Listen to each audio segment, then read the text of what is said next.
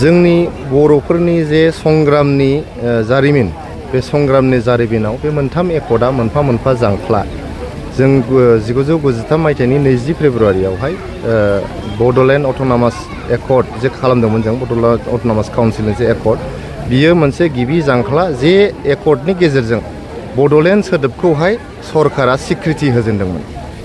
बिनि उनाव 1993 नि उनाव गोदान मोनसे आन्दलन जादोंमोन दुलाराय बर' फरायसा आफादनि बड' लिबारेशन टाइगार्सनि लोगोसेयै जोंहा नेशनेल डेम'क्रेटिक फ्रन्ट अफ बड'लेण्डनिबो मोनसे आन्दलन जादोंमोन। गासिबो आन्दलनफोरनि गेजेरजों 2003 मायथाइनि 10 फेब्रुआरियाव जे बिटिसि सुक्ति जादोंमोन बियो मोनसे आरो गोजौनि जांख्लामोन बर' हारिनि संग्रामनि जारिमिनाव।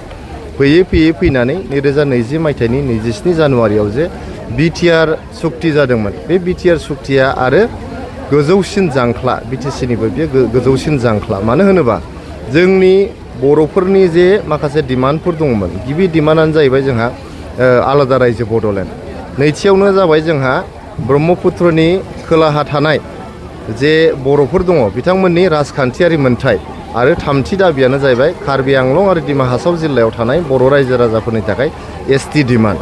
दा जोङो बिटिआर एकर्डआव नायोब्ला जोङो जोंनि बिटिआरनि सिमनाखौ बांहोनायजों लोगोसे सनितपुर आरो बिश्वनाथ जिल्लानि बर' गामिफोरखौ सोसननायजों लोगोसे जोंनि बिटिआरनि बायजोआव थानाय बर' रायजो राजाफोरनि थाखाय बर' कसारि वेलफेयार अट'नमास काउन्सिल जोङो दानो हादों। गतिके बिटिसिनि सिङाव आरो बिटिसिनि बायजोआव थानाय बर'फोरनि थाखाय राजखान्थियारि मोनथायखौ जोङो रैखाथि होनो हादों बिटिआर एकर्डनि गेजेरजों।